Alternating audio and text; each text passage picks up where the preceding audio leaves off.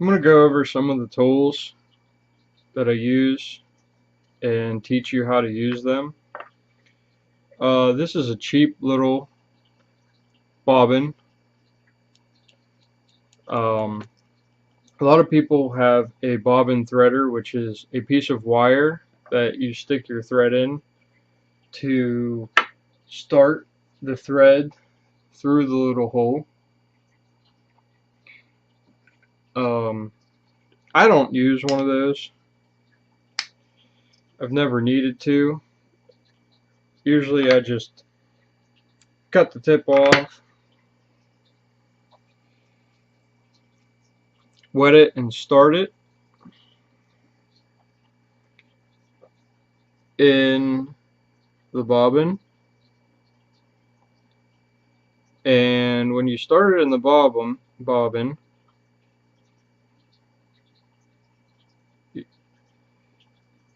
you just have to start a little bit and get a lot of string hanging down below. And you can come in and suck it through.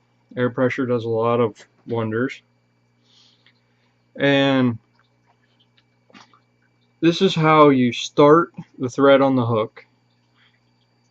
You get perpendicular with the hook, and you wrap in front of it twice, and then you wrap over it, pulling it back and down. No knot needed, just a nice secure little thing. And then if you pull on this, I'm actually pulling the hook up and down. So that thread's in there caught. It's caught tight.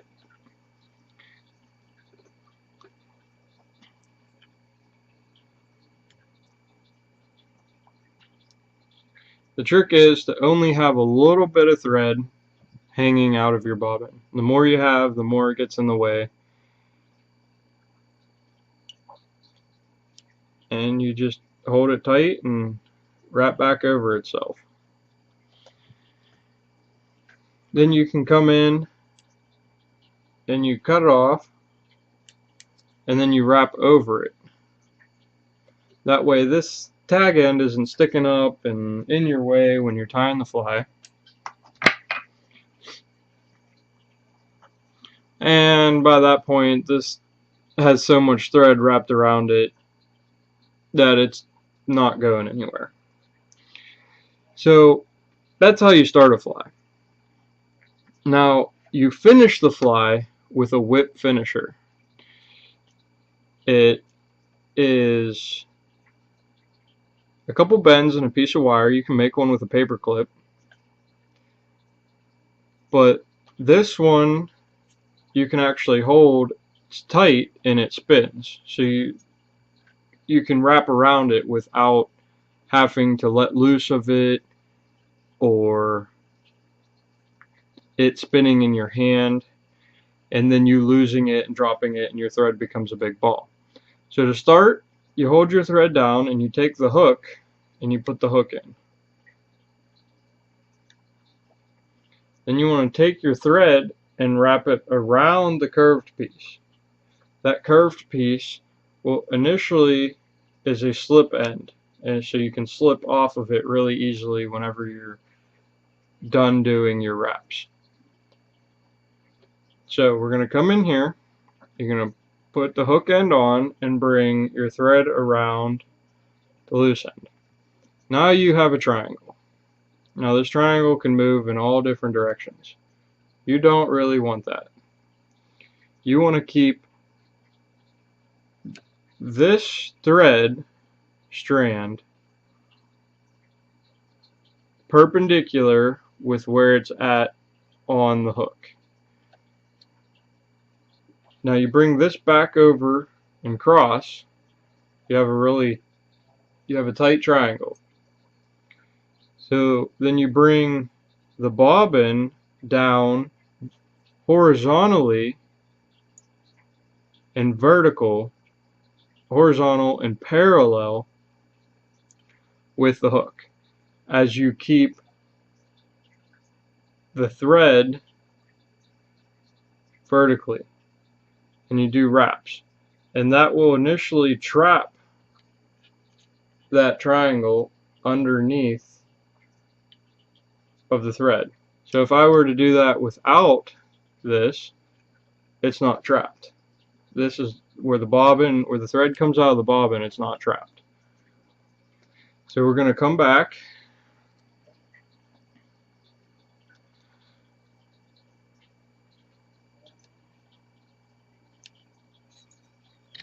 Bobbin parallel,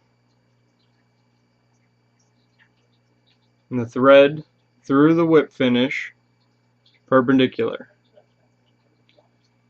You always want to keep the bobbin in the bend part of the thread on one side of the hook, because if you just wrap around the hook, you're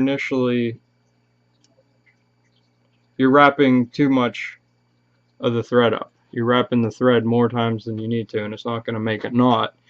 It's going to make two knots, and it's not going to keep tight. So we're going to finish this. We're going to come in, do a couple turns around. Usually you do 3 or 4.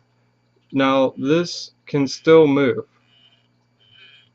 So you want to move this down to where it can slip out. Oh, that's the wrong piece. That can slip out. Now that's slipped out. You pull your bobbin up, keeping the hook tight. You pull the bobbin up, and that's stuck in there.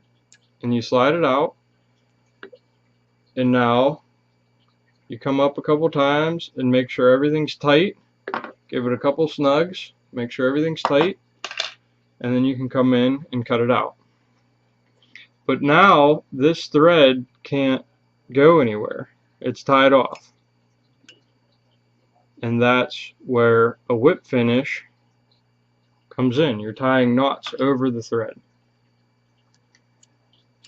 So that's cut off. Now if I pull on this, it's not going to come apart because it's a knot tied in itself.